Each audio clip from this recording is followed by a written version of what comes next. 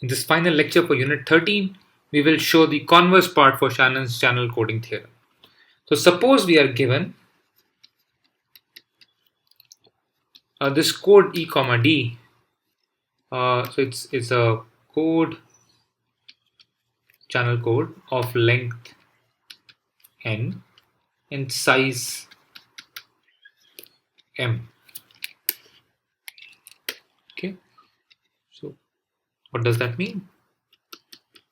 That means that this encoder is a mapping from 1 to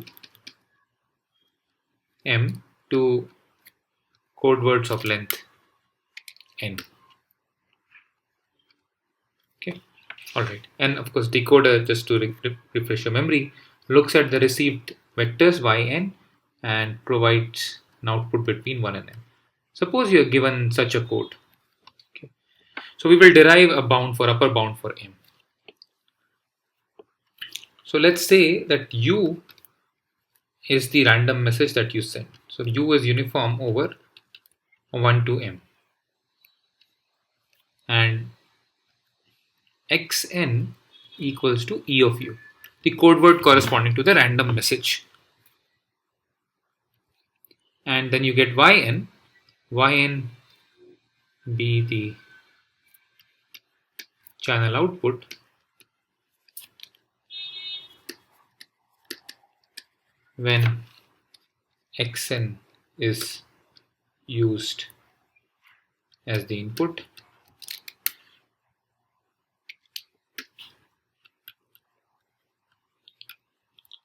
and finally u hat equals to d of yn is the decoded message.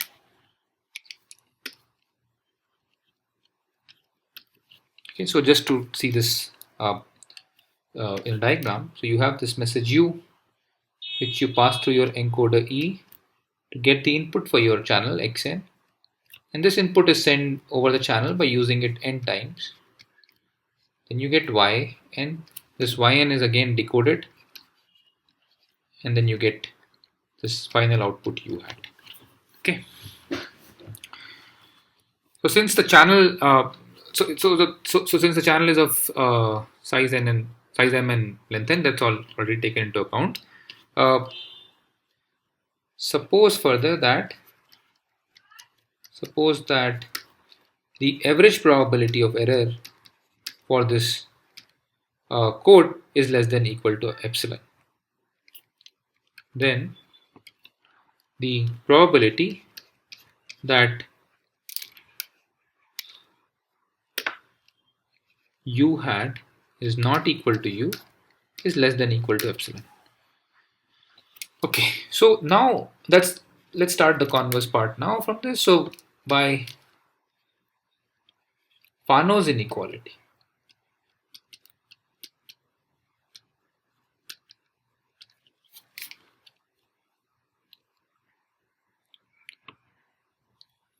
nr, which is the entropy of u, and it can be written as entropy, or it can be written as the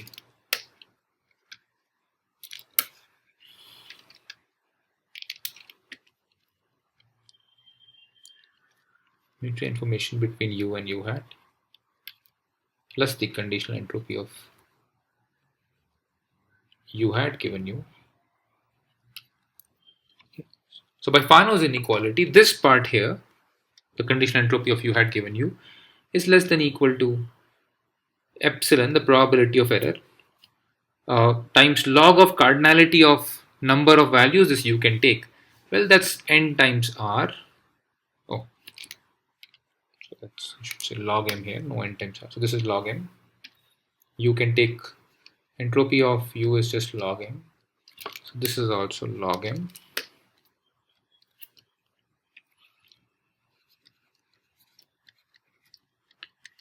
Plus 1.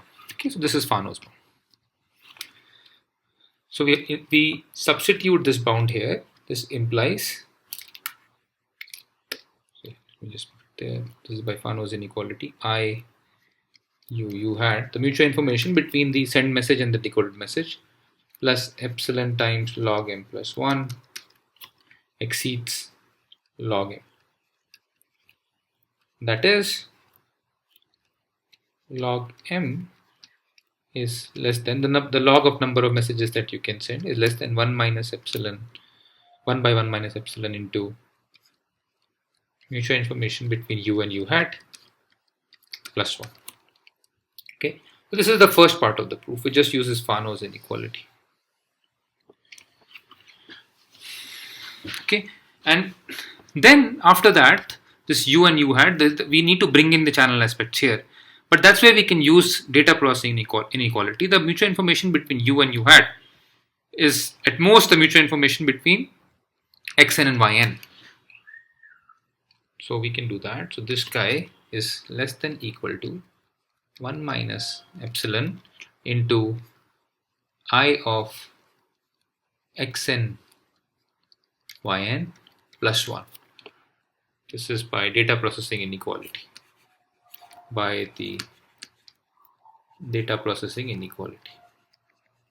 So here we've used the fact that u, xn, yn and u hat form a Markov chain.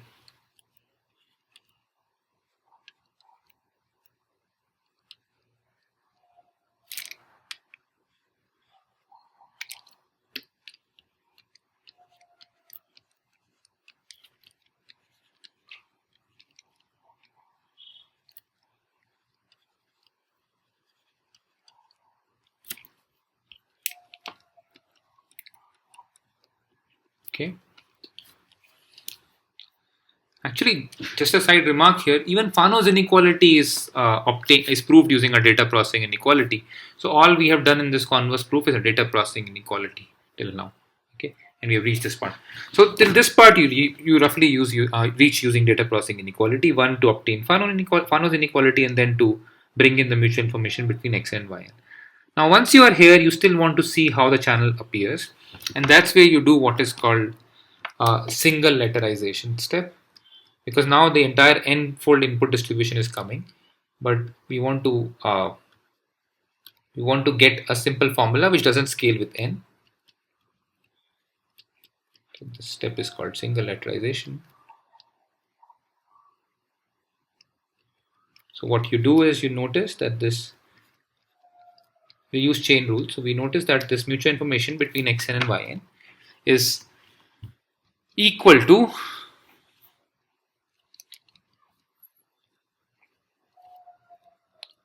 summation t equal to 1 to n mutual information between xn and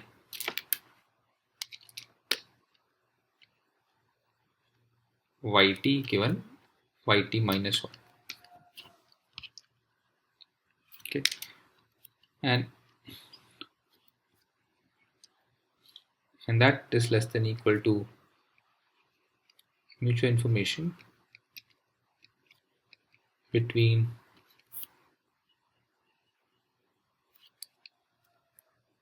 xn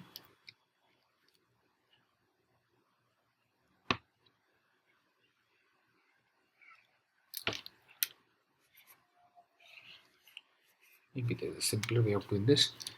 So let's do it in a slightly simpler way.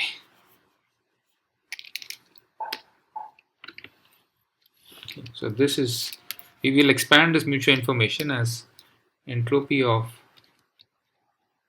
yn minus entropy of yn given xn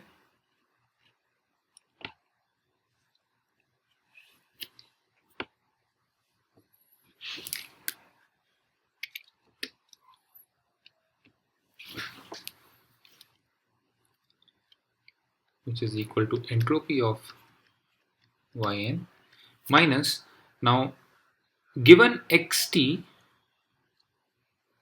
maybe this is, I can elaborate on this, h of yt given xn yt minus 1. So next note that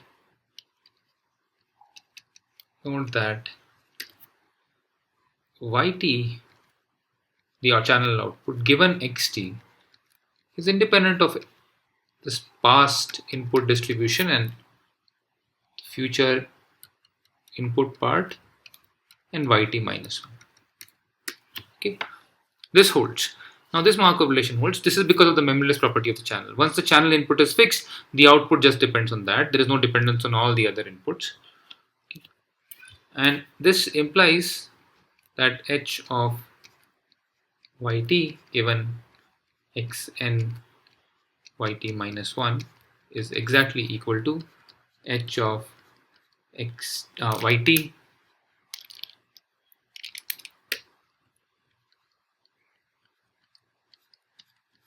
given xt. Okay, so what we have seen here is that this mutual information between xn and yn is exactly equal to summation, not summation here, is exactly equal to the entropy of yn minus summation t equal to 1 to n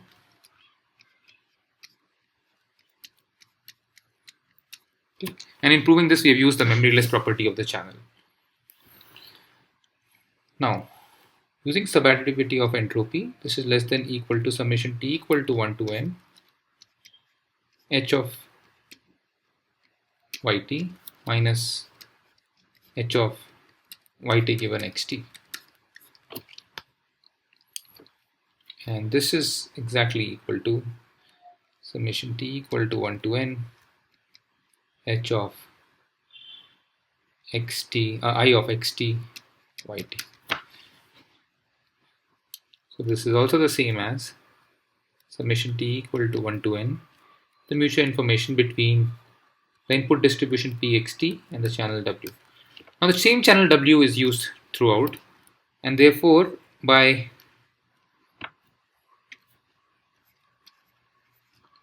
concavity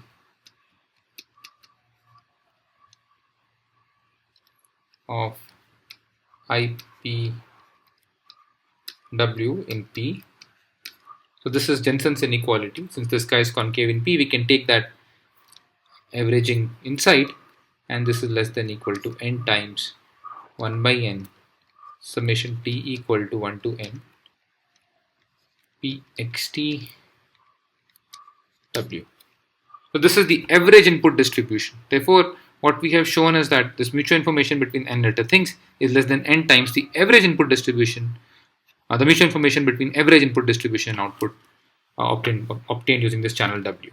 But this is less than equal to, this is some input distribution, whatever it is less than equal to max over px, all input distribution, max over all input distribution, I mutual information between x and y. Okay, maybe it's better to use this notation, ex, okay, which is n times that formula that we had for channel capacity. Okay, so that's what we get here. So we have this bound for ix and yn. This is the single letterized bound. We plug it in here. So we have log m is less than equal to this part here. So therefore,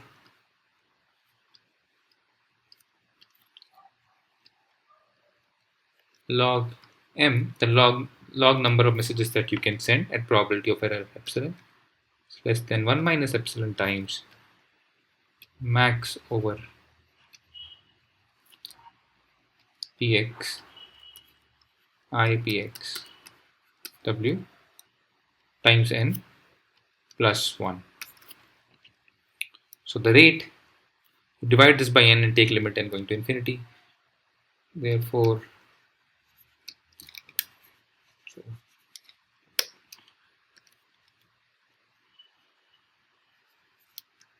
if r is an epsilon achievable rate, so this is an asymptotic notion,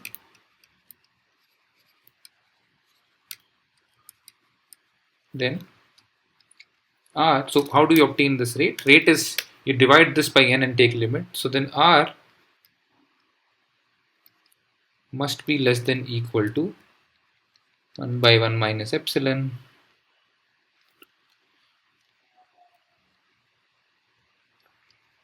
times max over px ipx w. We would have divided by n and take limit n going to infinity, so this term will go to 0.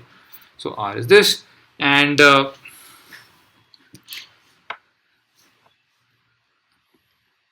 right.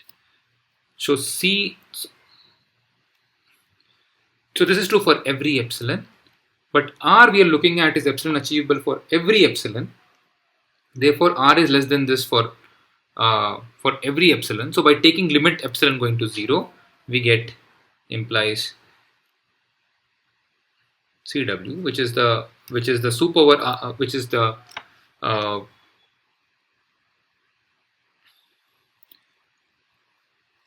so remember how we defined capacity. First, we defined epsilon capacity as soup over epsilon, soup over r of all epsilon achievable rates. Those rates that can achieve a probability of error less than equal to epsilon. And then we took inf over epsilon. So then we were looking for uh, then we were looking for the smallest rate, smallest over epsilon, smallest capacity, C epsilon W. Okay, that's what we were looking for. So maybe I'll remind you about that part to formally complete the proof. So first we can define C epsilon W. This is just a side. This was defined as soup over all R such that R is an epsilon achievable rate. Okay.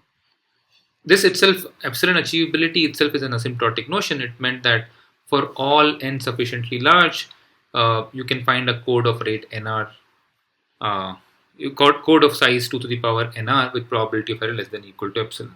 But then by this claim here that nr must be less than or equal to this guy here for all n sufficiently large. So when you take limit n going to infinity, you get this bound for r. For this guy here, okay. So this connection here, this one here, implies C epsilon W is less than or equal to 1 by 1 minus epsilon max over px I pxw.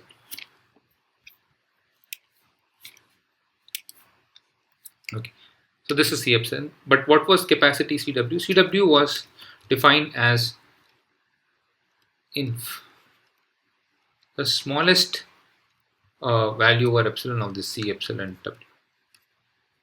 Okay, this is also equal to limit epsilon going to 0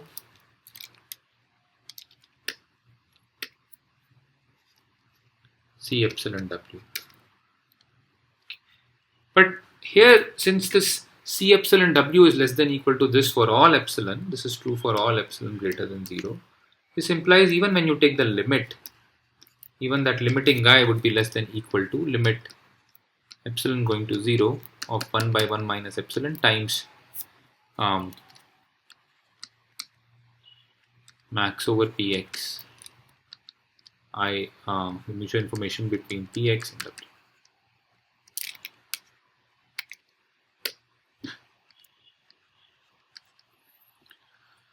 But this guy is just 1, so when you take that limit, what you get is the final converse bound, that the CW is less than or equal to max over px, mutual information between px and w. Okay, that's the proof. So we have shown then that no matter what you do, you can never send more than these many bits of messages per channel use. And combining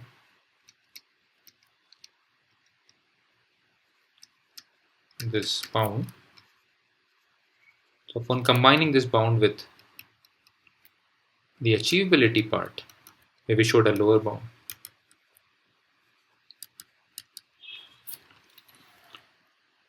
achievability proof,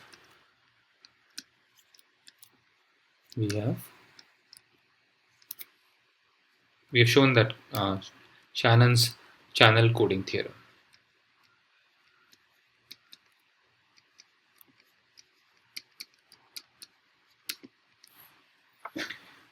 Okay, that's the proof. Just to quickly review the proof, the first step of the proof was to get this bound. This is just data processing inequality. We first use Fanon's inequality, which is also obtained using data processing inequality, and then we replace this u hat with x and yn. Okay, so we got this bound, but this bound has this n dependence which we want to get rid of to talk about rates, and therefore we single letterize this mutual information. We saw that for discrete membryless channels, that mutual information doesn't grow faster than n times capacity. That's the maximum it can be after n uses, and therefore that gives you that the number of messages that you can send per channel use, so divide this by n, is at most 1 minus epsilon times this max over IPXW, and so this is true for every epsilon. So the so C epsilon W is less than or equal to this for every epsilon. And therefore, capacity, which is the value of this epsilon capacity as epsilon goes to 0, is also less than or equal to this, and which gives you the required converse bound. This completes the proof of Shannon's channel coding theorem, okay, which is perhaps the most important result for communication that has come out of information theory. And in fact, this predicts that there are codes that attain this capacity. And after many years of research, finally in I think 2008, polar codes were given, which are first provably capacity achieving codes.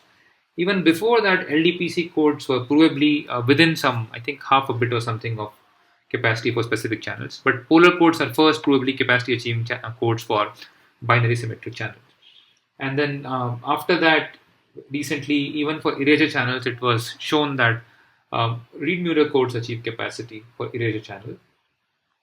And I think some variant of LDPC code, something called spatially coupled LDPC codes, which are not so much, which are not such a practical object currently. They are still theoretical objects, but they achieve. They were shown to achieve capacity. Besides these classes of codes, there is also something called turbo codes, which are used quite a bit in practice, and they give very high rates, but they don't really achieve. It's not clear if they achieve capacity. There is no proof that turbo codes achieve capacity. So, because this course is mainly about information theory, and we are not looking at code construction, we will not go into the details of these codes. But at least we have shown that such codes exist, and 50 years, yeah, roughly 50, 60 years after this theorem was shown, finally we found codes that achieve capacity. Okay, this is what I wanted to say in this unit 13. In the next unit, we will move away from discrete membryless channels. We'll move to the so-called Gaussian channel and show how this capacity result extends to the the additive Gaussian noise channel, which is perhaps the most popular model for communication systems, for wireless communication systems. So see you in the next lecture.